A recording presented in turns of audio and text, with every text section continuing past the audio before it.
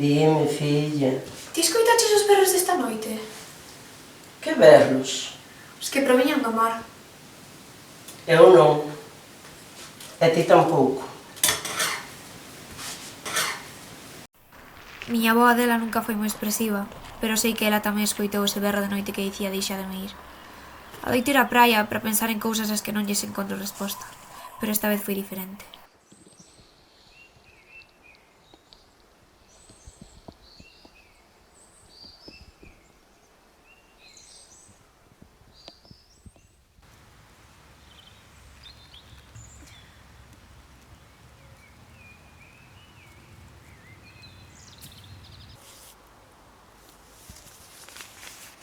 Miña irmá dela, a couga Tobarrabia.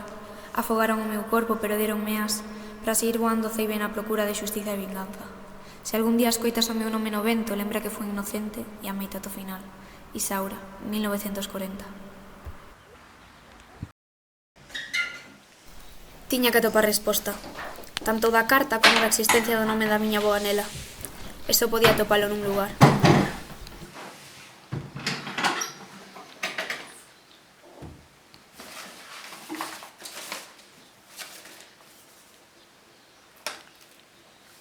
Miña querida Isaura, nunca te esquezo. Filla, que fas aí remexando nas miñas cousas? Quen é Isaura? Xa sabes que non me gusta que remexes nas miñas cousas. Pero é a prima. Trae isto, vaite fora, prégocho, vaite.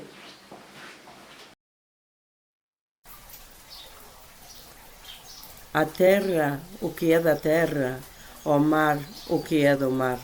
Non a deixaron ir e o mar non esquece. Acababa de descubrir que a miña avoa tiña unha irmá da que nunca me falara. E se non o fixo foi por algo que teño pensado descubrir. Miña avoa vivía nunha casiña a poucas cuadras donde vivimos agora. Sempre me contou historias daquela casa que hoxe só quedan ruínas. Era a mesma casa da foto que atopara entre as súas cousas. Estaba segura de que ali encontraría a verdade sobre Isaura, da que a miña avoa non me quería dar resposta.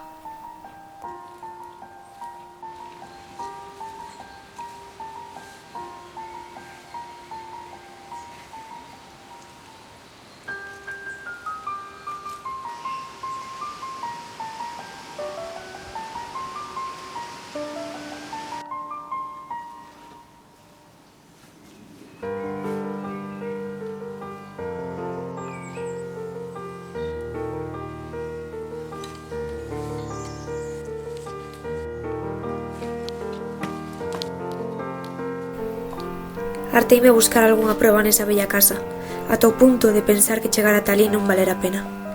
Pero nese mesmo momento, cando perdes un anaquiño de esperanza,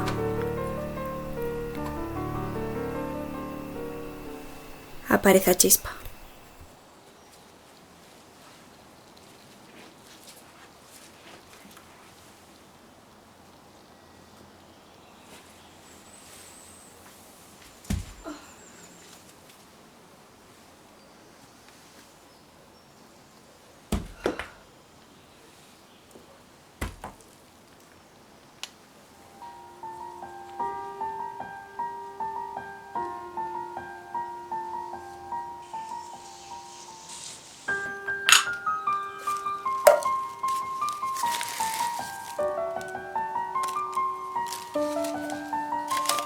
Luns, 10 de maio de 1940. Novos acontecementos da cidade. A sombra da sospeita caeu sobre Isaura, unha muller coñecida polas súas ervas curativas e polo seu profundo coñecemento sobre a natureza. O réxime, movido por rumores, detigua baixo acusación de bruxería. Hai feridas que non pecha o tempo, pero esas nomeas, se as miras, deixan de doer tanto. Xa sei quen és, Isaura, alzaría voz por ti, e por todas esas mulleres como a miña avoa que non puideron loitar e decidiron calar. Non fuches unha víctima, fuches unha guerreira.